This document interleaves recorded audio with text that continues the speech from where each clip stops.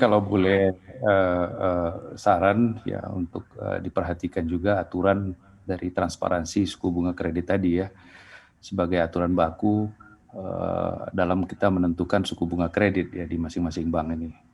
Mungkin selama ini kan di aturan OJK-nya SPDK tadi komponen dasarnya adalah suku bunga acuan ya, ditambah mungkin dengan suku bunga cost untuk funding tadi dari masing-masing bank, dan juga cost operasional mungkin ya.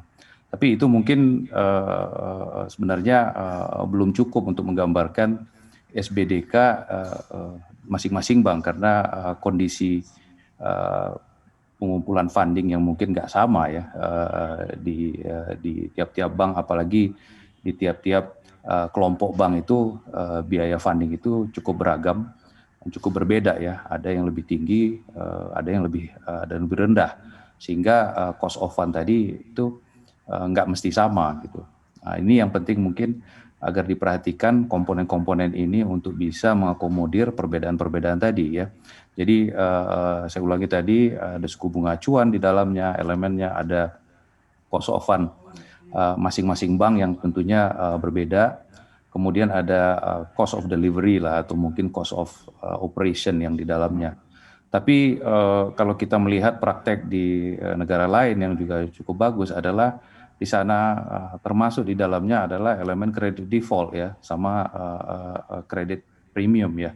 Itu juga mesti ditambahkan karena kredit default atau cost of credit yang ditanggung oleh bank itu juga berbeda-beda tergantung kualitas portfolio masing-masing bank, dan itu merupakan komponen yang harus bisa ditutupi oleh suku bunga kredit tadi, termasuk juga premi kredit yang tentunya beragam tergantung dari segmen lending yang dilakukan oleh masing-masing bank, dan juga assessment kredit yang dilakukan oleh bank terhadap debitur-debiturnya, sehingga premi kredit ini boleh dipastikan akan beragam.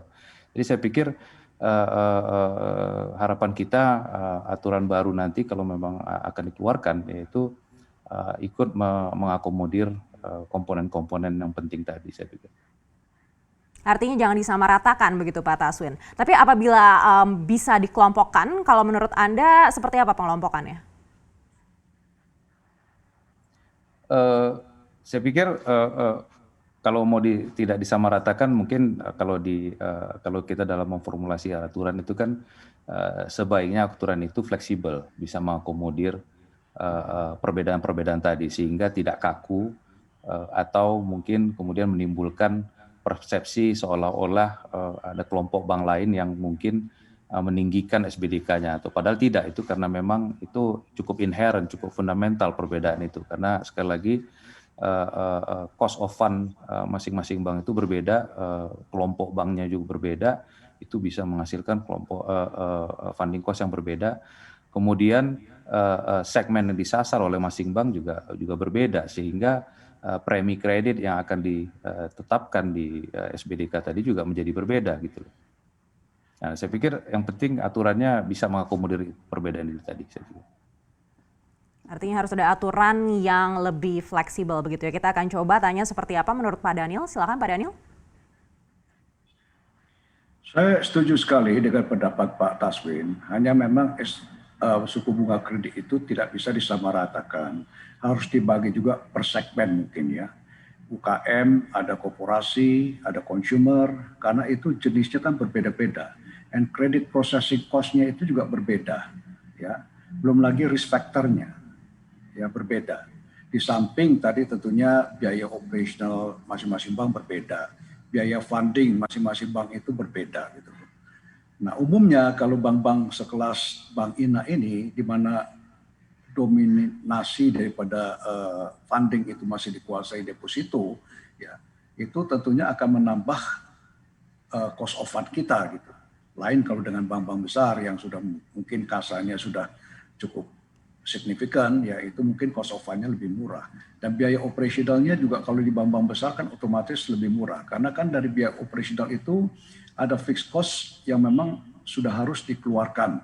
Ya, karena volume bisnisnya kalau bank-bank kecil ini masih sangat terbatas, tentunya bobot kita itu masih lebih tinggi daripada bank-bank besar. Dan di samping semuanya itu tentunya saya pikir perlu dibagi per segmen juga gitu, suku bunga kredit itu.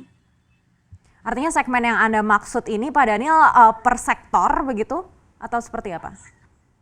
Ya misalnya kita ambil aja UKM gitu, UMKM ya kan dari Bank Indonesia OJK juga sudah menentukan sampai batas ceiling daripada pemberian kredit usaha kecil menengah itu. Ya, lain dengan komersial atau koperasi. Biasanya kan perbankan itu bagi 3 segmen. Di samping consumer ya, jadi ada 4 segmen. Belum lagi nanti micro financing. Ya, itu pasti cost-nya kan beda-beda gitu. Pricing-nya juga beda-beda gitu. Nggak bisa dijadikan satu saja. Itu menurut saya.